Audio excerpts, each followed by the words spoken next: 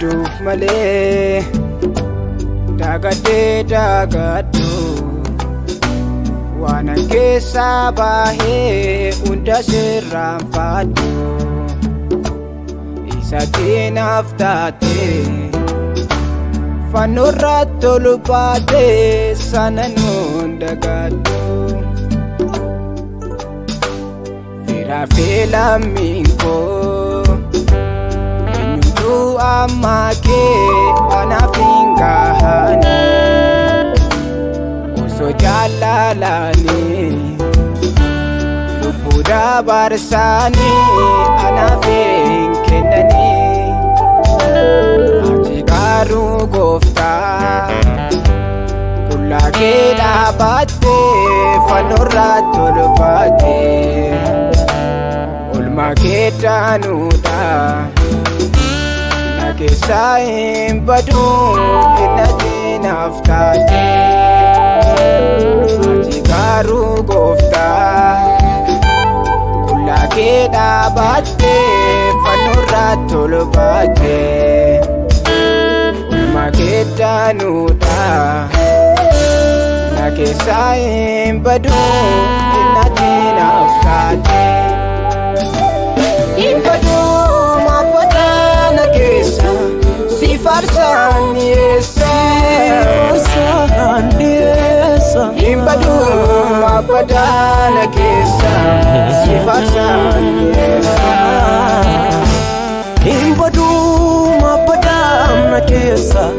si farsan yesa imbadu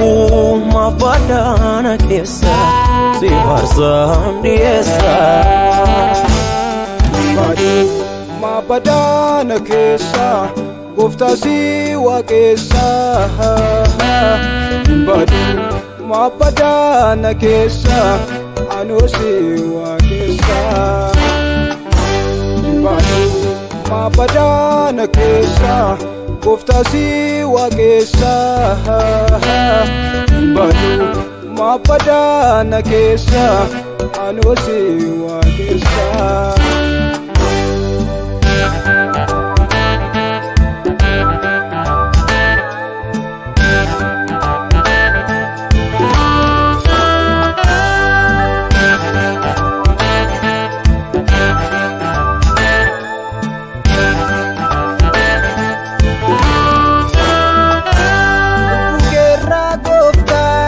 Atana jalate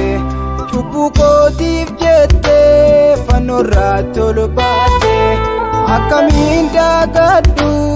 kana sirrafate isati naftate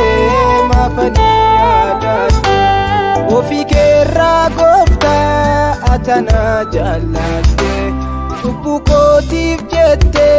fanurra tolbate akamin dagadu kana sirrafate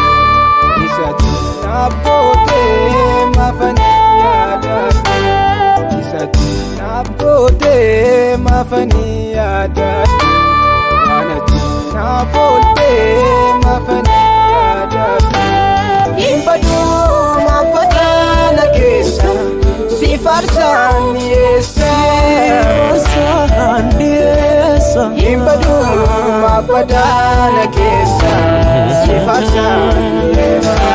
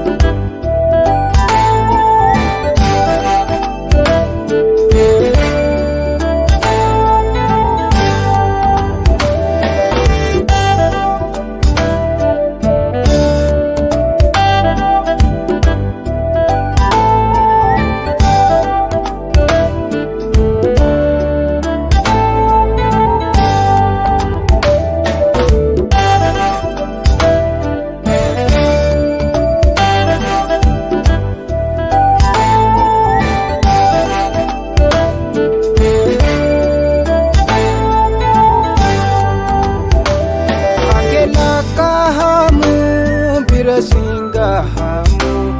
akkamittiin ibsu naman danda'amu olmaan danda'amne anarraa keessetta kan namni naannolle hundanaaf ooltetta kan kee lakkaa'amu bira singahamu akkamittiin ibsu naman danda'amu olmaan danda'amne anarraa keessetta kan abbaan naannolle ati naaf ooltetta kan lamni naannolle hundanaaf ooltetta kan abbaan naannolle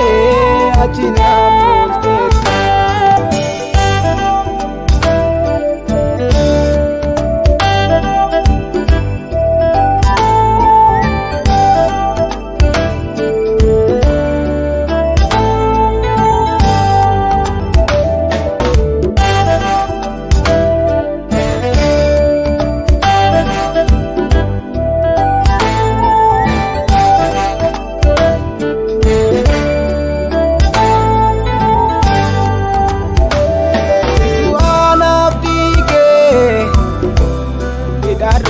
Nahike